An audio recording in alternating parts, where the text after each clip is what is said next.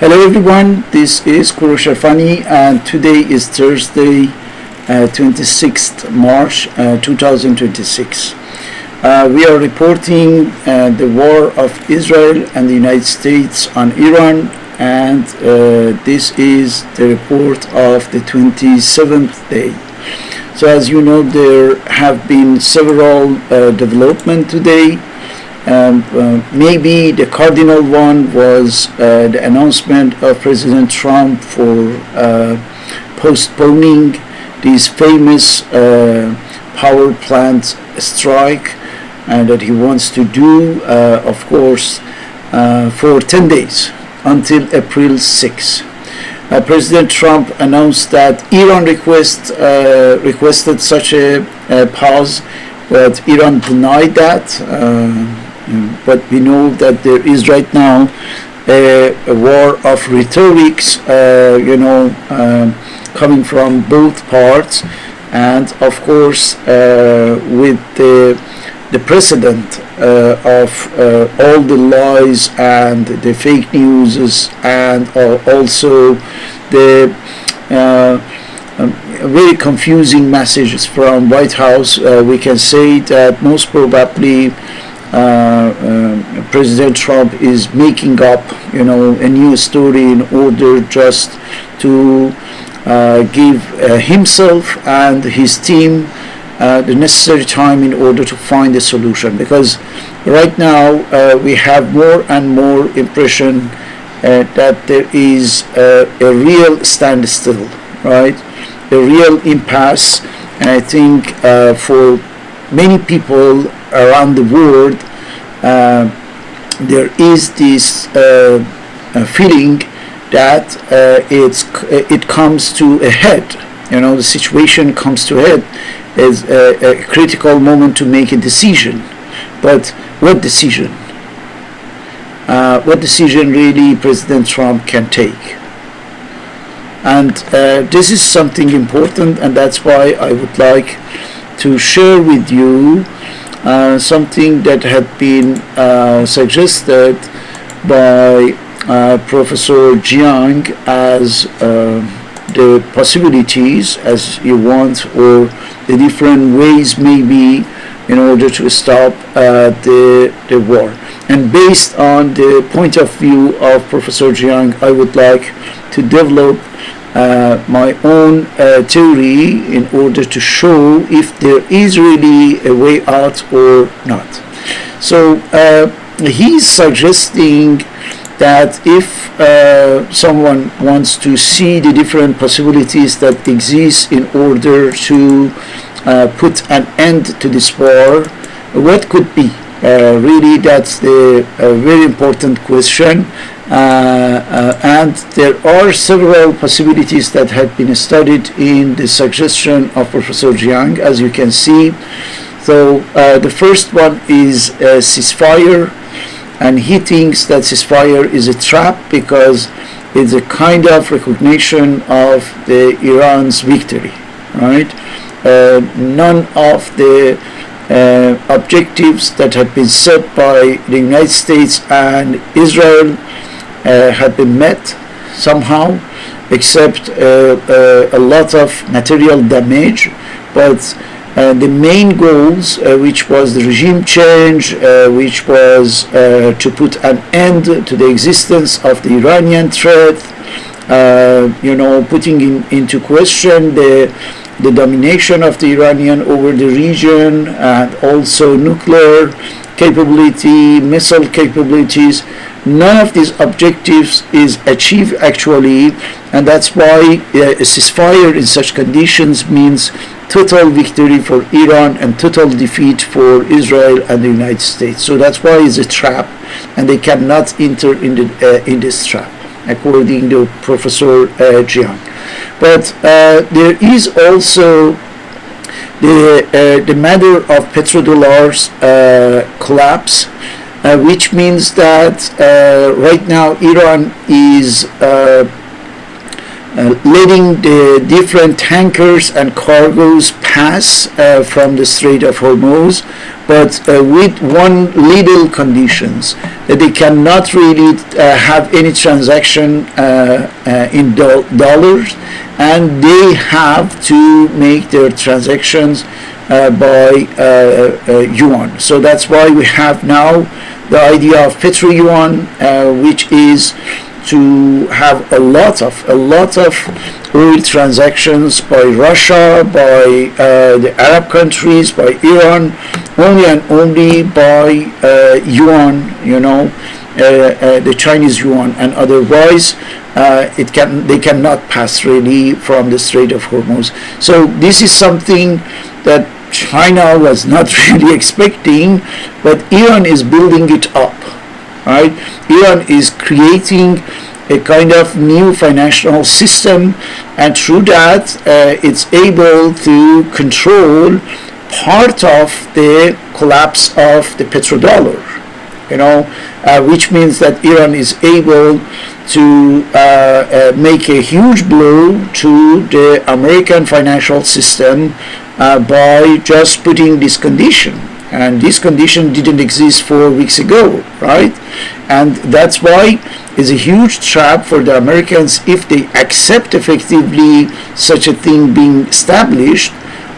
From that moment, it would be very hard to get back to the famous half a century control of the financial system and all the international transaction through dollars, right?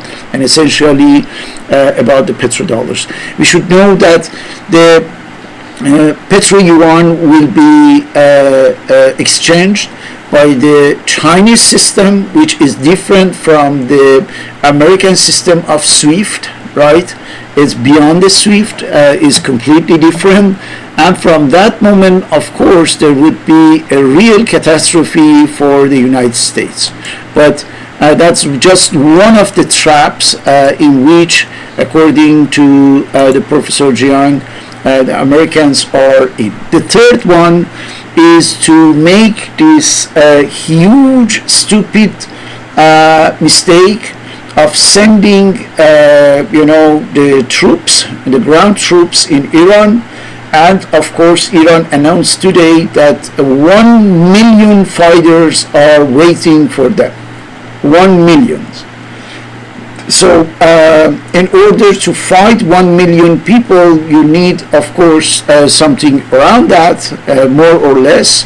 And Professor Jiang was telling us, in his scheme, as you can see, for the Vietnam cases, starting with just 3,000 soldiers. That was the preliminary estimation of the Americans in order to start the war in Vietnam. And later, at the end of the war, they have had something like 500,000 soldiers over there.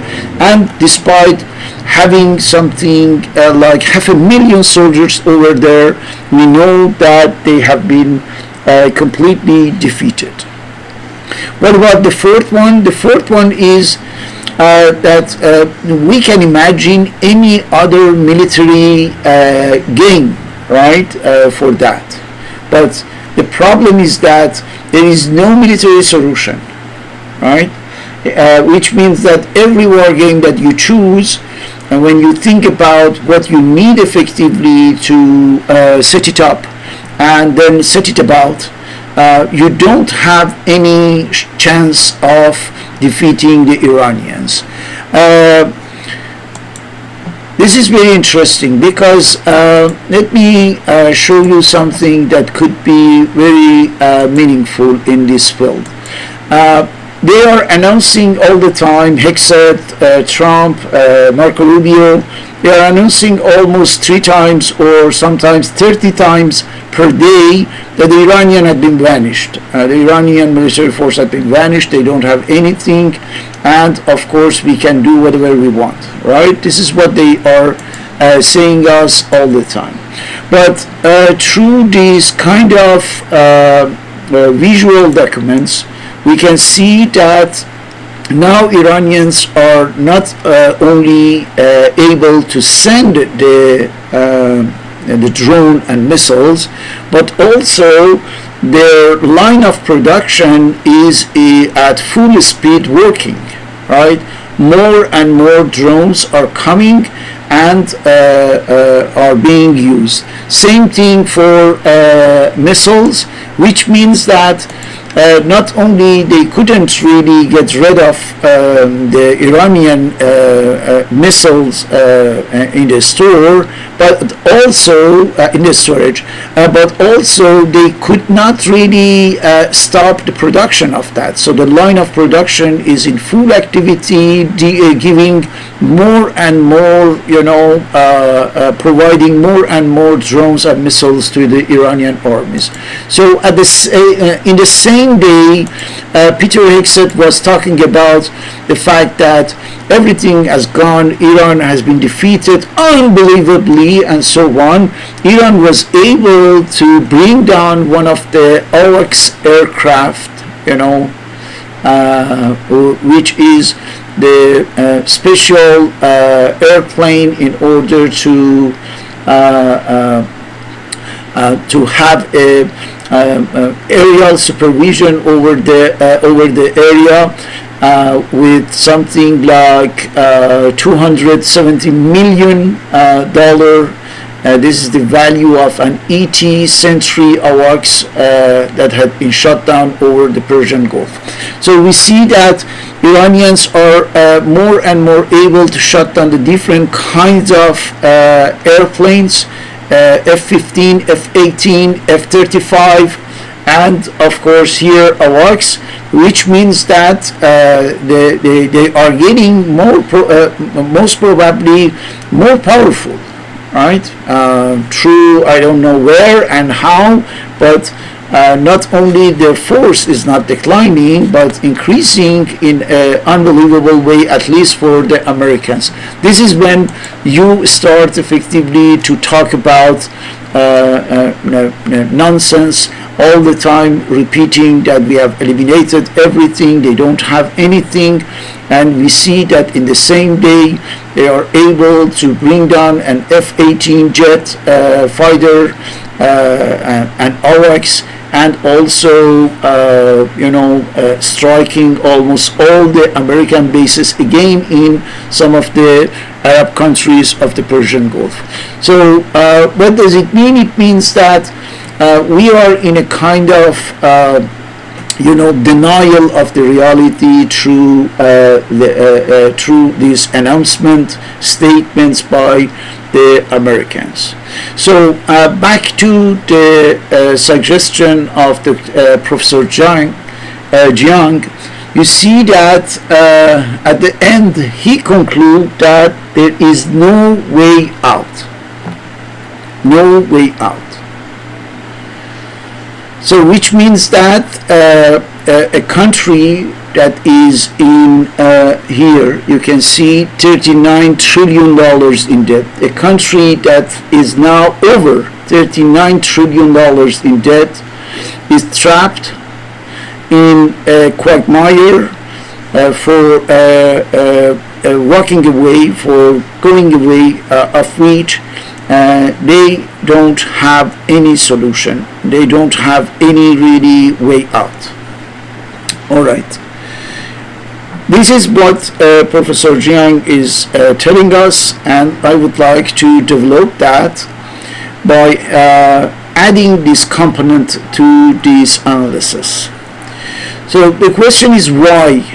How is it that the Americans or Israelis, we are going to talk about the really disastrous situation for Israelis. They are in such a misery that no one can believe that. But let's ask this question. How is it that the Americans are trapped from all sides and they cannot find a solution? Why it's so? What's the process behind that? What's the logic and rationale behind that? In order to develop a hypothesis on this, I will go upon a very known model which is the snowball effect model. Okay. In this model, as you know, the snowball effect is this one. You know, something small starts and then grows, gets bigger and bigger, and finally we have a kind of avalanche and catastrophe. All right, that's the idea of snowball effect. I think what is really thwarting, what is impeding and obstructing any possibility for the Americans is that they are trapped in a snowball process. Okay, so let's be more attentive about the snowball process. Here you have if we get into specifics of this model, as you can see, something very small starts here and then gets bigger and bigger and bigger, and at a given moment we get to the point where there is no possibility to go back. Okay, and then it continues with the acceleration, with more power, and of course more capability to destroy, and finally it comes and it destroys everything that is here. That's the idea of the snowball effect. So the first point, something small here. What is the case in this case of the war of Israel and the United States against Iran? What's this something small? It's the first hours of attack by both countries, the Zionist entity and the United States, against Iran in February 28, where they thought that by a huge, rapid and very quick operation, they can bring down the Iranian government, Iranian regime, Iranian system, whatsoever, you know, and get a huge victory over this country. And that was to them, and not in a sense, not in itself, but to those who were making this decision, Netanyahu and Trump, and you know the circle, the Zionist circle around them. To them, maybe it was something small, you know, just a few hours of operation, because they experienced something like that in 12 days war in June 2025. And don't forget that for the Americans it was not even 12 days at that period of time. It was just a few hours. They sent several B-2 and they bombed just 3 nuclear facilities in Iran. So it took a few hours, right? So the Americans have had really this impression that we are going to do something very quick, very fast, in the Venezuela fashion, you know, and then that's it. The Iranian won't have any leadership. That would be a chaos. The people start to rise up and they bring down the regime, and from that moment we can determine who will be in power in Iran, if necessary for Israeli at least. We are going to disintegrate the country, decompose the country. There would be chaos over there, there would be civil war, and after disintegration we will occupy some interesting parts of Iran. Very quick, very interesting, right? And very fast. Something, you know, small. So the miscalculation started when they really wanted to do so, you know, here by something that is small, controlled, you know, limited, restricted. That's why they were talking about excursion, right? A rapid excursion. Yeah? All right. Now we see that we are in the 27th day and nothing, but nothing can be compared to just 28 days ago, right? Why? Because the snowball started, got bigger, and all the question, the core of the question is if we get to this critical point or not. That's why I said that many people are talking about that we got, to a very important point, very critical point, right? And that's why they said that now we came to a head and we have to do something. The drift of the question is this one: are we already here or not? That's why I underline that in order to emphasize on the importance of getting or not to this point. Have been already gotten this point or not yet? So that's why, based on the presentation of the Professor Jiang, not only we got there, but we are even past it, right? We are beyond that. Why? Because now we believed really that there is no such a thing that we can call exit point, way out, runoff or whatsoever. So he thinks already that according to this scheme, we have not only get there, but we are somewhere here, So my question is just to check it, to test it, to be sure about that. Are we there really? In order to answer this very important and crucial question, we have to break down the question in several components, and just to have multiple sub-questions. So the first one, did we get there?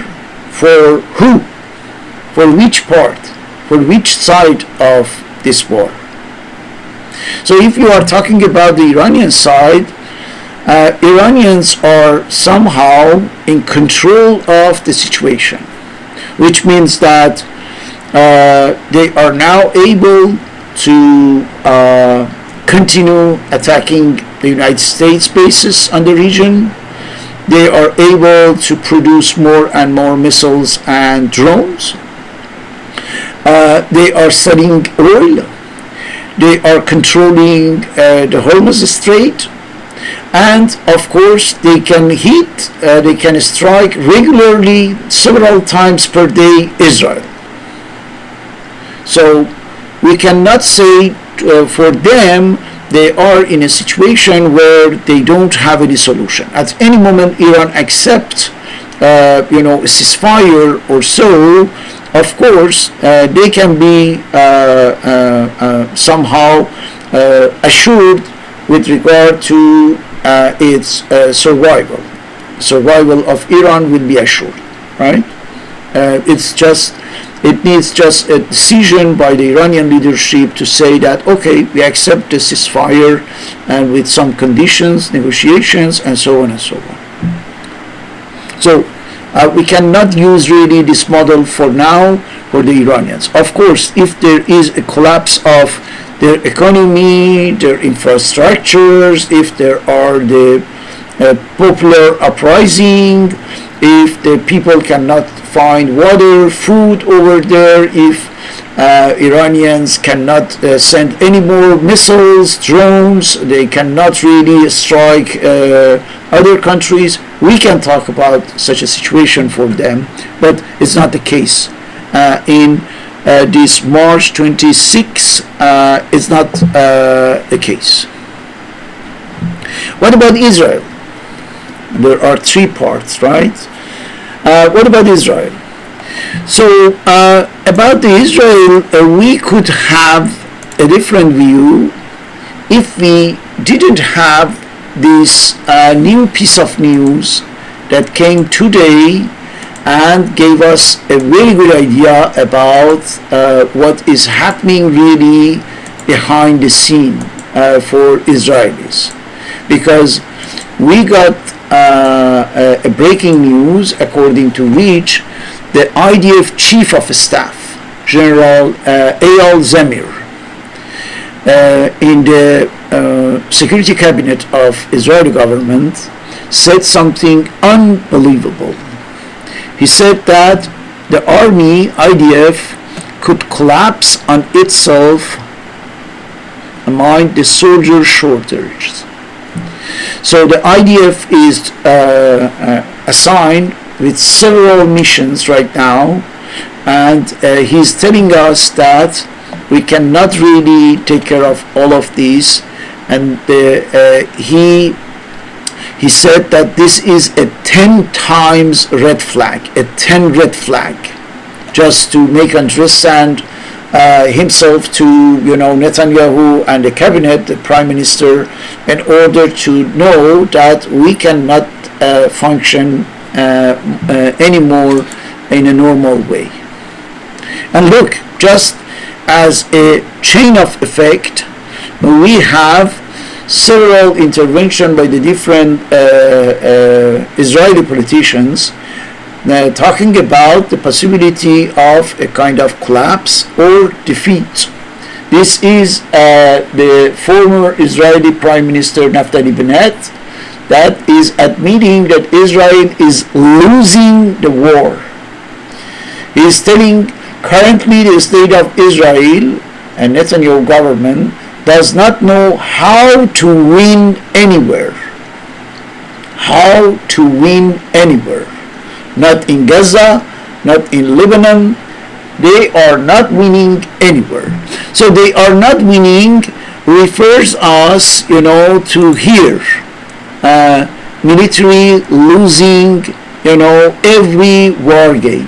Which means that any military action, any military initiative that is triggered by Israeli anywhere, in Gaza, in the West Bank, in Lebanon, in Iran, is not a formula to win whatsoever. There is no victory behind that. What it is, it's just defeat. More and more defeat. That's why Naftali Bennett is talking about the fact that we are not winning at all.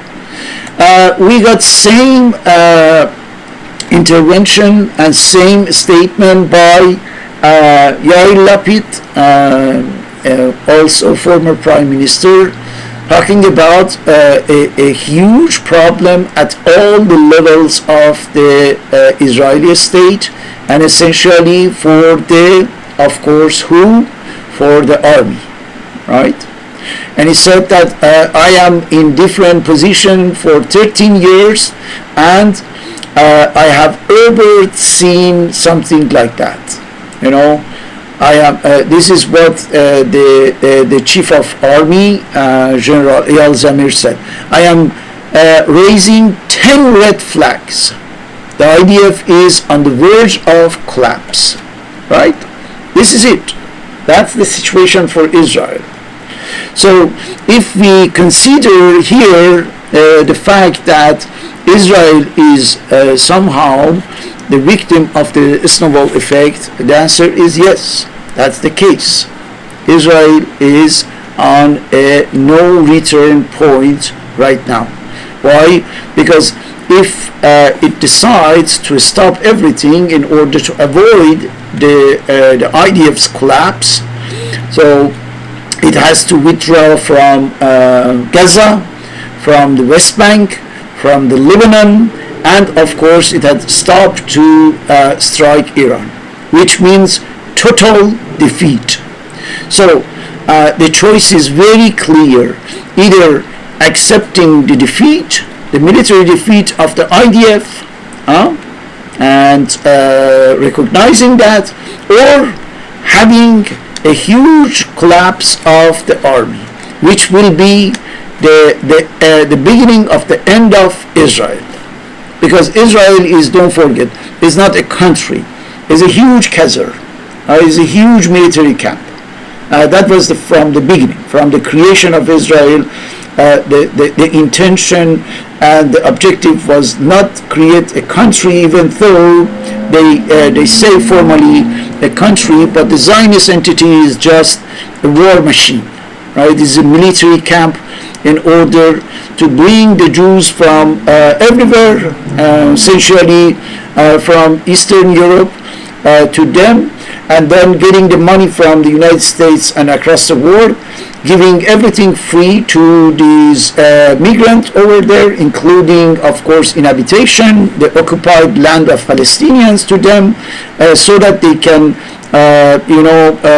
produce and reproduce more and more children, right? Getting them, transforming them into the killer machine, right? Brainwashing, and having more and more soldiers for their army, so that they can kill all the people of the Middle East in order to prepare the annihilation of the whole world population. Interesting project, right? This is the Zionism. And now imagine that before getting the whole planet, they are stuck in Gaza, in the West Bank, in Lebanon, and of course with Iran. And what's interesting is that now they are getting hit badly by Iranians and of course by Lebanese. So that's why, for example, last night they got something just 50 rockets, and from another source I saw even 100 rockets on the Haifa, right? And right now there are a great part of Tel Aviv that doesn't have power, and they are in dark in the shelters because of the Iranian attack. That's the situation in the promised land for the selected people of God. Now, if they decide effectively to put an end to all this aggression, all these military attacks and occupation, they would be the end of Israel. So just think about the paradoxical aspect, and from that we can withdraw the significance of the no return point. If they accept that they have been defeated in Gaza, in the West Bank, in Lebanon and Iran, they will be vanished. They will collapse as a military machine that has been set for that. They don't have any other objective in their life but just killing, mass killing, genocide, committing genocide, and occupying the other people's territory. If they cannot do that, they collapse. They vanish. They are completely annihilated. And that's extremely important. That's a cardinal point, that Israel without war will disappear. But now the problem is that Israel cannot wage more war. This is what the chief of staff is telling us, right? Telling that the IDF is collapsing, which means that the main part of the military Zionist machine is completely falling apart. That's a machine that must work all the time by bombing, destroying, killing, and so on and so on. If it stops, it dies out. With that being said, let's say that while for the Iranians right now there is no really yet any no return point, because they are in a position of force and they can decide about this and that. For now they can provide what's necessary to continue, so a huge point of resilience, right? For Israel is not the case.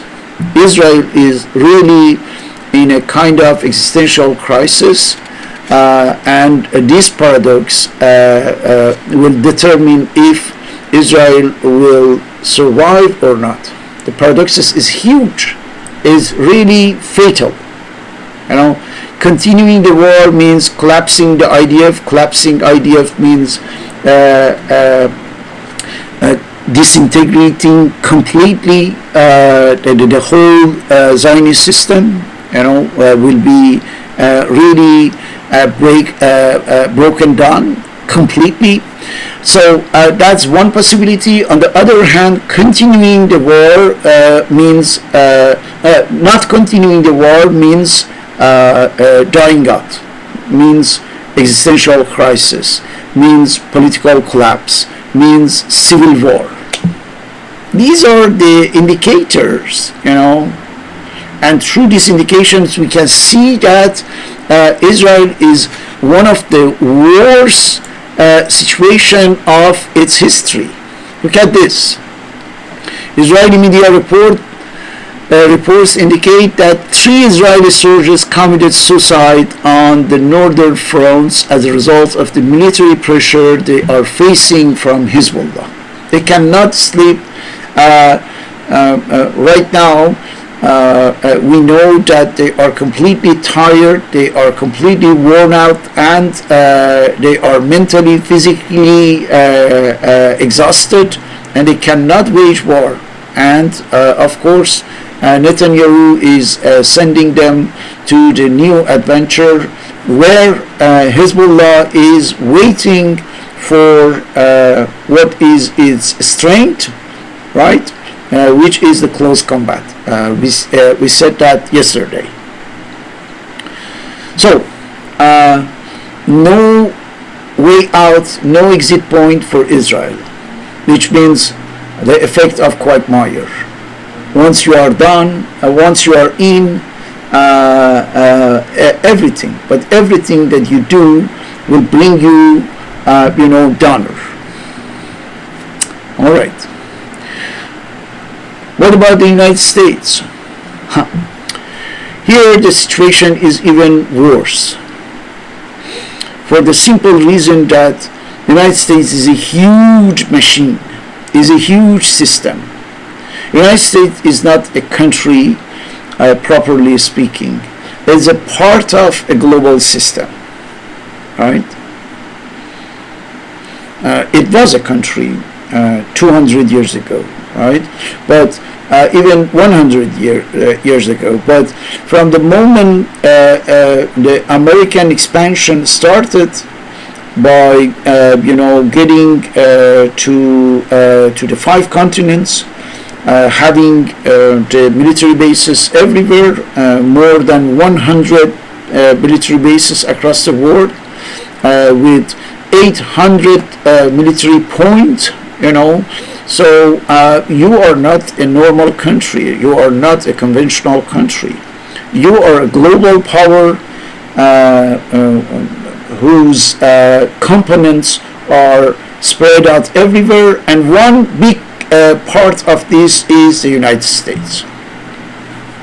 So if you have such a particularity, it means that your life and your survival doesn't depend on what is happening in a domestic level, right?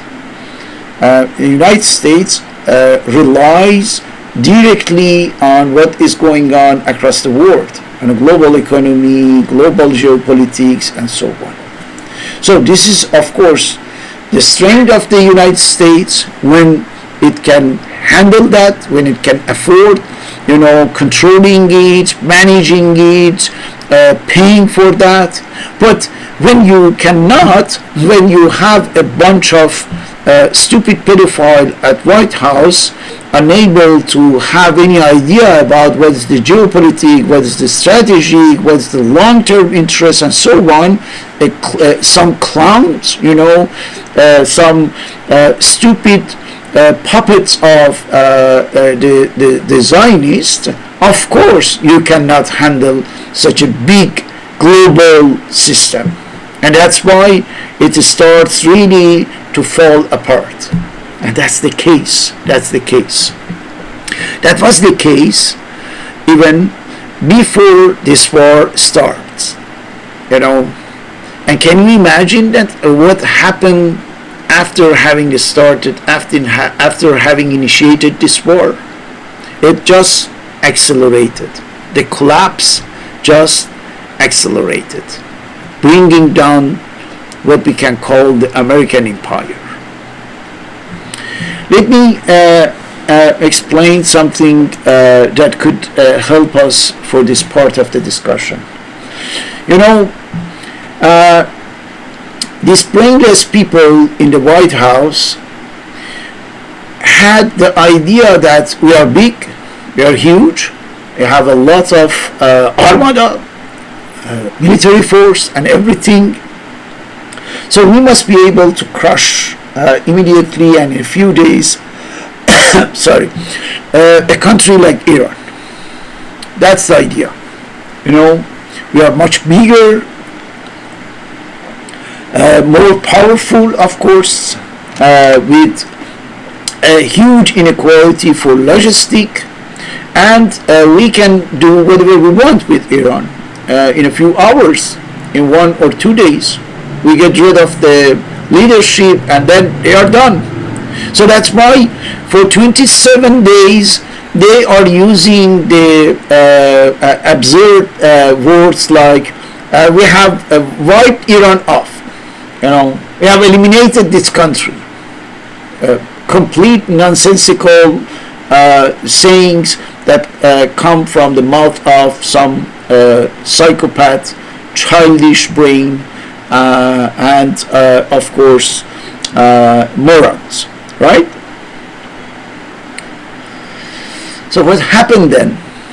Iran knew that if the United States starts a war with this country, it cannot really defeat Americans militarily, right? And that's why I said before that there was no any chance to defeat militarily the United States. Iranians knew that, completely aware about this reality. That's why they started to think about a different strategy. And this strategy that I am going to explain was not really taken into account by the American strategists, by those who organized this operation, excursion, war, whatsoever is its name. You know, they didn't think about that. The Iranians said that, okay, we cannot really defeat militarily the United States, but we can use the asymmetric war in order to do something that the United States will be crushed. You know what? Look at that. They said that we cannot, destroy America, but we can destroy the Middle East, right? And the Middle East is the backyard of the American economy, right? The American economy relies hugely on what is going on in that region. That's the reason for which the Americans were present there for more than half a century, militarily present, right? Now, the Iranians showed that we are able to set fire to the Middle East because the Arab countries are not really able to defend themselves, and they are hosting the Americans, so we attack them, and we can, for example, just shut down the Strait of Hormuz and stop 20 to 25% of the of the global energy market. And we can do a lot of other things. You remember in one of my previous videos I explained the idea that at a given moment Iranians can do something really, really bad for the global financial system, which was to go undersea and just cut the internet cables. And we said that in the frame of the asymmetric war, you don't have any limit for your imagination, for your ingenuity. You do whatever is necessary in order to hit the enemy, right? So this is what the Iranians can do, just as one of the options that they have, and they have a lot.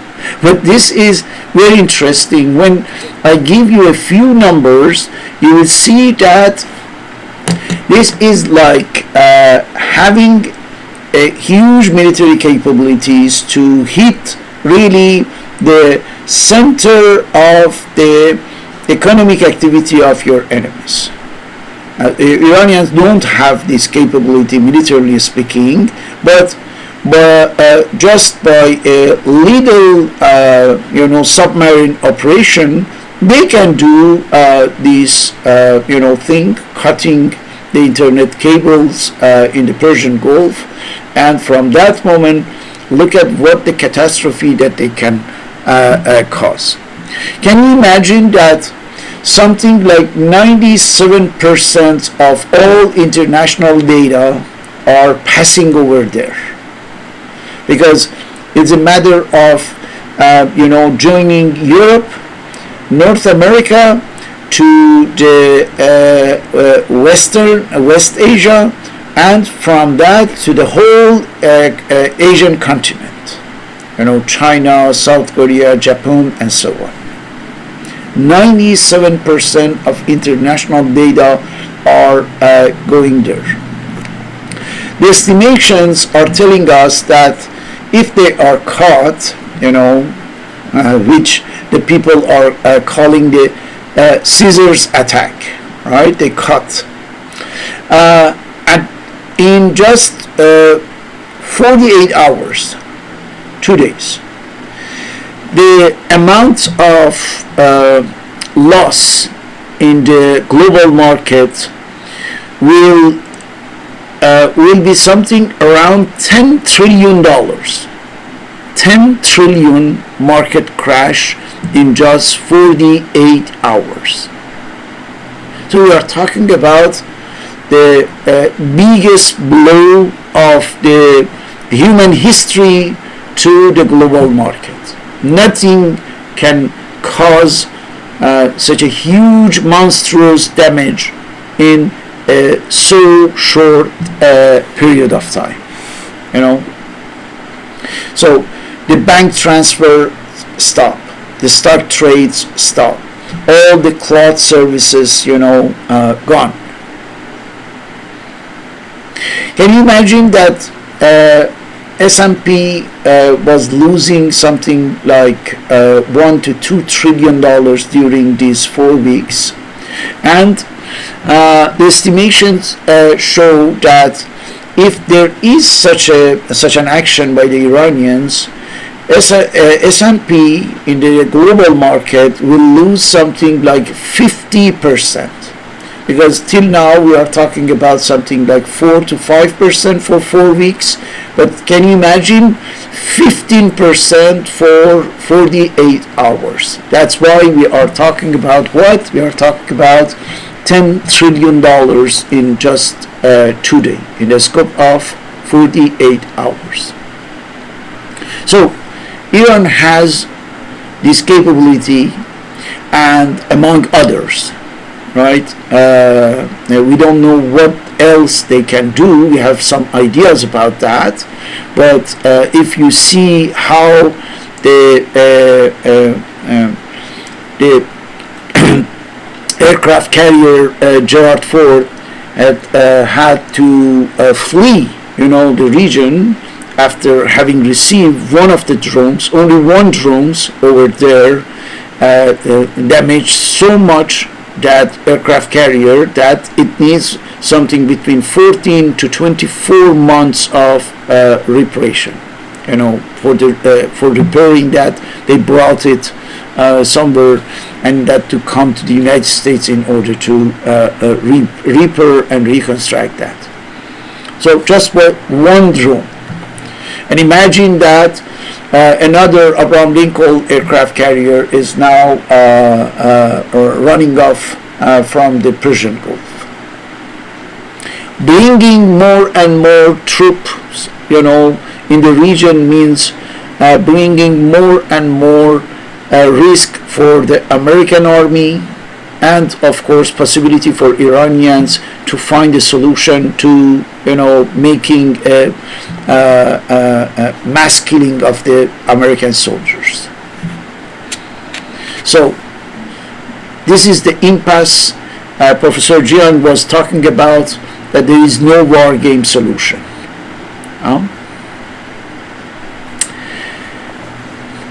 The Iranians knew that by setting fire to the Middle East, they will be able to create this, a multifaceted global crisis, because people are talking only about the economy crisis, global economy crisis, but don't forget that global economy is including almost every other facet of the issue, which means social crisis, political crisis, demographic crisis, migration, security crisis.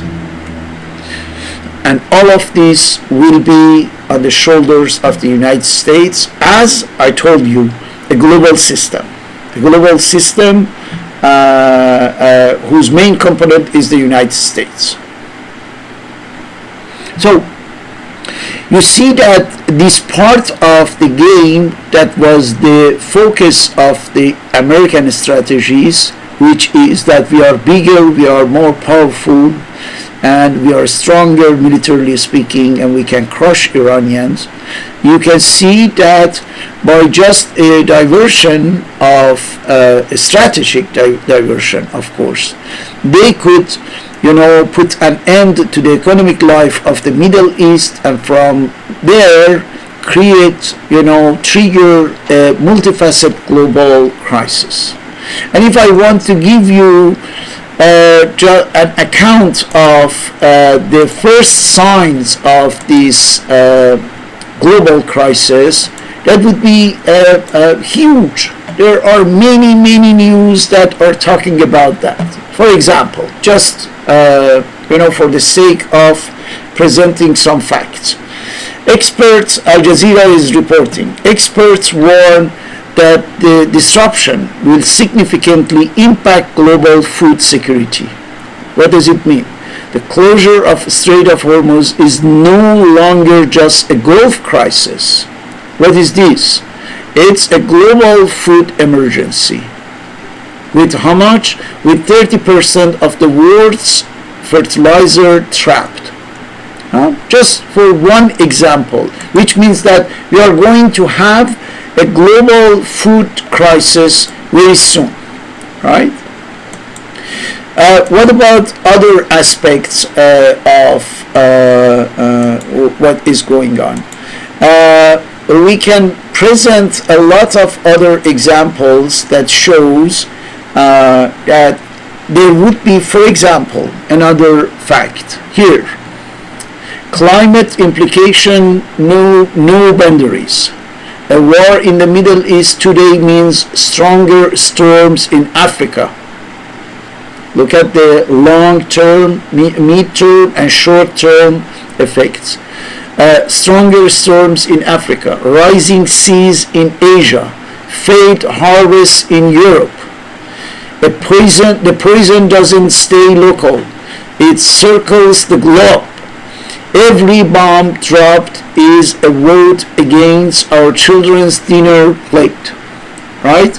We are talking about a huge cases of crisis that we are going to have. Here, it's very interesting.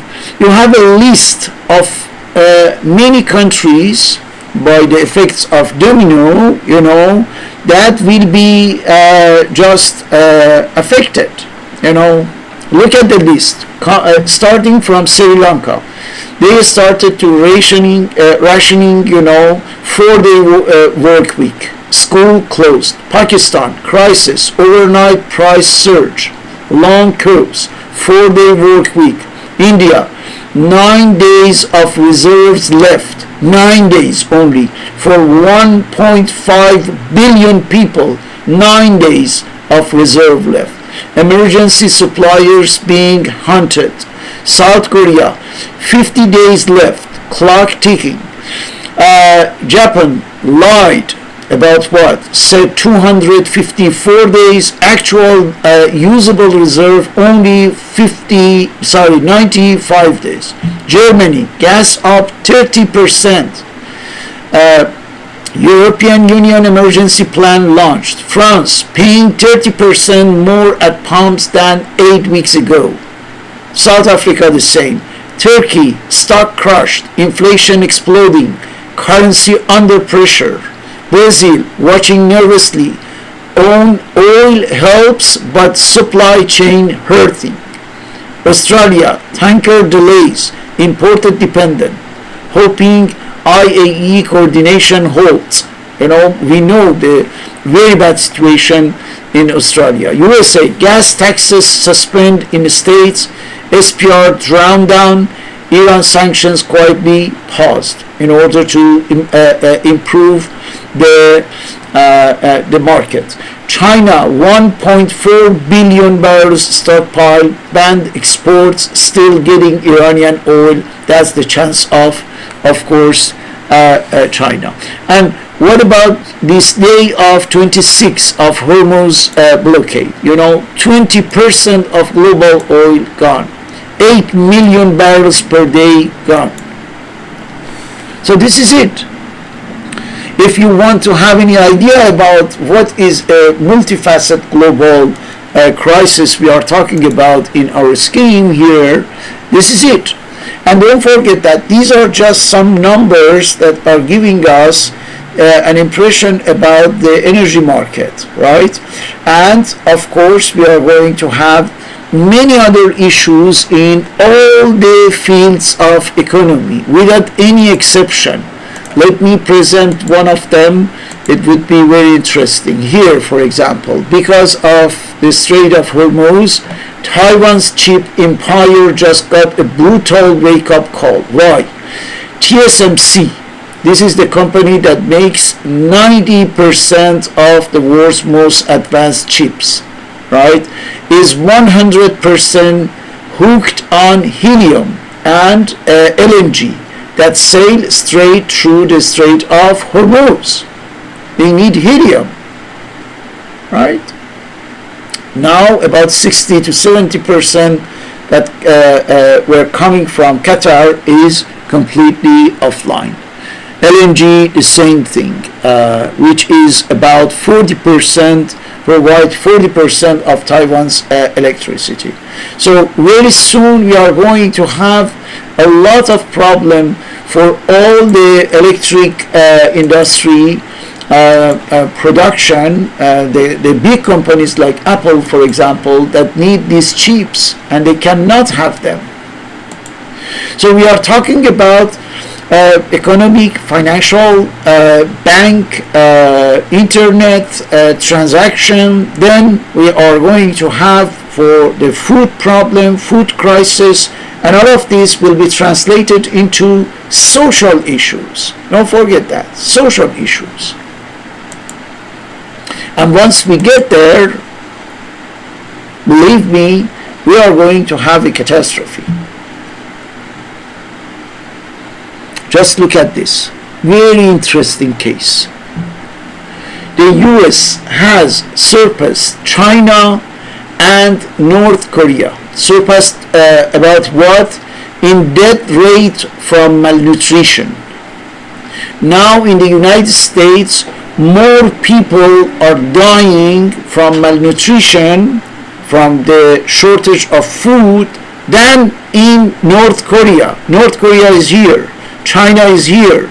Cuba, with all the sanctions, embargo, is here. Vietnam is here. And the United States is here. With 3 people out of 100,000 that are dying from malnutrition, from the lack of food or enough, protein energy. Can you imagine with the arrival of the food crisis and essentially in the United States, what would be this number? What would be this rate? That's the idea. That's the idea that now, with a multifaceted global crisis, the United States will be, kind of nose diving. And what it can do for avoiding that. So, according to the Professor Jiang, and based on the snowball effect, now they don't have any other choice. They don't have, any possibility to stop this snowball. There is no any more, going back or runoff possibility. So what we are going to have is getting this snowball bigger and bigger, and we are going to have the crash. The crash is coming in the coming weeks, not even months, because it's accelerating. You remember we said that for the escalation cycle here, they are accelerating, and if you hear about sending the boots on the ground, at any time, tomorrow or in 2 days or in a few hours, you can be sure that not only we are in the acceleration, but we are going toward the peak, which means that according to this scheme, you can be sure that we will be something here, and the crash will be very, very close. With yesterday and today, this week we can talk about that, and tomorrow, the last day of this week, if the Dow Jones and S&P find themselves falling again, if the New York Dow Jones is tumbling tomorrow, it means that that would be one of the bloodiest and darkest week of the whole, history of the stock market in the United States. We are talking about trillion, 2-3 trillions of dollars just for these 3-4 weeks. And of course, the accumulation of that means this bomb, step, and from that moment you are going to have many political, social, economic, environmental, migratory, demographic issues. And I'm pretty sure that the case of civil wars, I use plural because it's not only in the United States but in many countries, civil wars will be waging across the world, and this is a complete disorder. This is the utter chaos, and that would be just the affliction and the misery for billions of people. This is when you have an entity that is called Zionist entity, composed of the craziest, most insane being on earth and the history, able to trigger such a thing, and from that moment it's impossible to stop that. And I think this war was effectively the snowball effect to crush the whole world. So I am not talking about another snowball effect beside the war that is working. It's a matter of just the climate issue. We have the very, very bad news regarding the climate change, and it looks like that now there would be a kind of competition between which one can put earlier and faster to an end to the presence of any human beings on earth. That would be climate change effects or the war effects. Just keep in your mind that 1 million acres are on fire right now in Nebraska. We mentioned that before, which basically disrupts the entire grain, meat, and water supply in the United States. That's why I told you that this rate of death by malnutrition will be hugely increasing in the United States in the coming months, because not only there would be less and less food, but also the prices will be very high. And this is all of this because the Zionist entity started this war, and that's why we should have been attentive about what is happening in the human history in 1948. In 1948, when this entity, this war machine, had been created by the Zionists in order to put an end to our civilization, to our life on Earth. 1948. Now, most probably is a little late. We will see. Thank you very much for watching this video. See you in the next video. Bye.